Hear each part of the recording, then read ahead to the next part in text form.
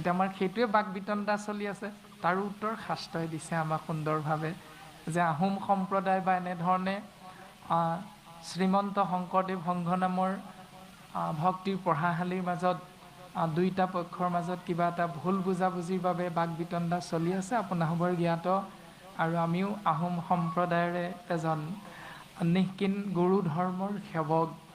শাস্ত্ৰই কৈছে জাতিক লৈ যেতিয়া কাজিয়া হ'ব, আমি প্ৰথম চিন্তা কৰিব লাগিব জাতি কি। শাস্ত্ৰই কৈছে ঈশ্বৰক জানে যিটো সেহিহে জাতি, ঈশ্বৰক নাজানে সেহিহে অজাতি। এতিয়া জাতি বুলি আমি যে চিঞৰি আছোঁ শাস্ত্ৰৰ মাধ্যমেৰে, শাস্ত্ৰ মত এৰি যি কথা কহয় কেৱলে পাখণ্ড নয়।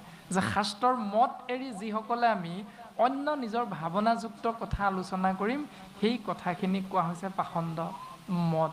আৰু যিসকলে এইটো মততেই অলৰ অচৰ হৈ থাকিম, সেইসকলক শাস্ত্ৰই পাখণ্ড বুলি গালি পাৰিছে। এতিয়া পাখণ্ড কোন,